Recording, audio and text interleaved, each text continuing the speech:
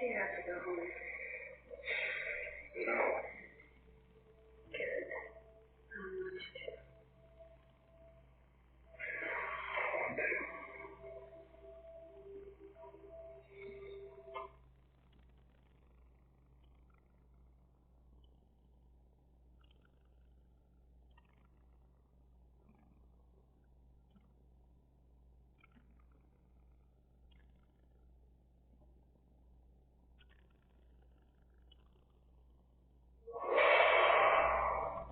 While Alien Covenant resolved some of the questions we had after watching Prometheus, it threw up plenty of its own. Here are the ones we're still thinking about long after watching the movie. At the end of Prometheus, David promises to take Elizabeth to the Engineer's homeworld, but upon arrival, he proceeds to eradicate our creators, dropping thousands of canisters of black goo on them. David acts like he's eradicated an entire species, but are we supposed to believe this relatively small city is the full extent of such an advanced civilization? I mean, this is a species capable of intergalactic travel, feeding life across the universe. They were our gods. Is it really the end of the Engineers in this story? Sure, we're in search of answers. Why do they want to destroy us, their creation? If David really wiped them out, we might never know the answer to Prometheus' closing question.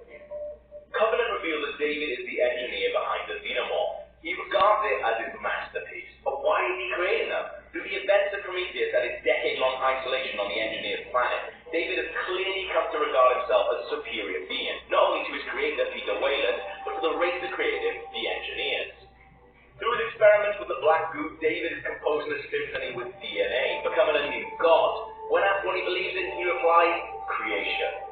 But still, alone on a planet, it's unclear what he hopes to achieve. What's his goal? Maybe it's just boredom, creation for creation's sake. He can't reasonably expect a suitable host is just going to turn up. We even asked director Ridley Scott if David lured the Covenant to his planet. Oh, I think it's a coincidence that the pickup shows. And I think I like the fact that she's on a continuum of process as any good engineer would. And during it, she's getting more and more bored and still living in the hope that somebody might pick up the signal. She's just setting up the signals. Maybe it's as simple as idle hands being the devil's workshop, but towards the end of the movie, there is a suggestion that David's programming is unraveling. After all, for such an accomplished and cultured being, it seems strange that he's confusing Shelley with Byron. It's a line that definitely foreshadows David's creation going wrong in future films. If David created the facehugger eggs, which are capable of creating something resembling a xenomorph from the original Alien, it's really unclear where the Queen alien fits into all of this. I mean, it doesn't appear to be a trace of a queen within David's workshop. His experiments seem to have led him towards the facehugger. The Queen alien was created by James Cameron and Stan Winston to up the ante in the sequel Alien, without Ridley Scott and H.R. Giger's involvement.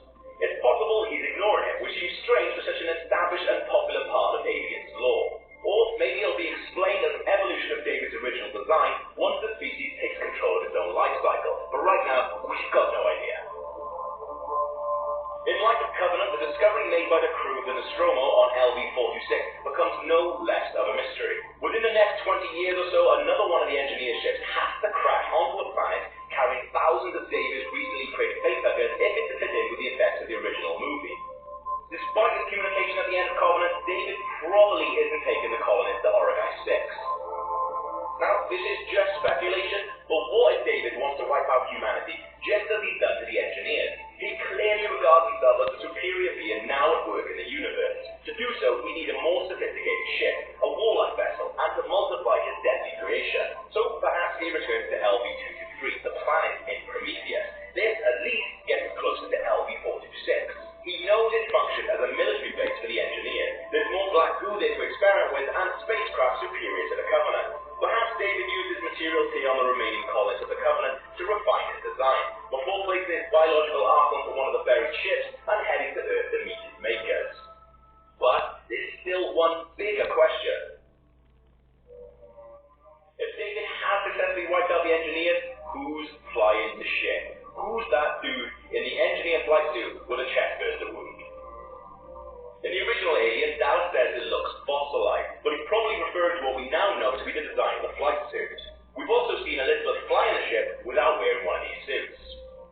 Are the Engineers not really dead? Even though facehuggers have so far ignored inorganic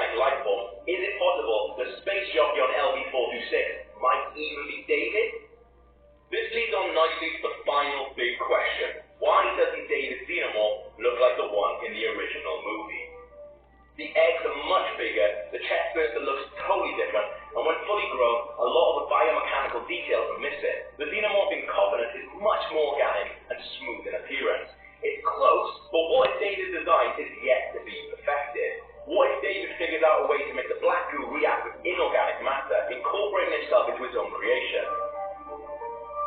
That would mirror the engineer's act of sacrifice at the beginning of Prometheus and explain the origin of those mechanical elements. If you still have more questions, watch our full Alien timeline or listen to Ridley Scott explaining the origin of the Xenomorphs himself.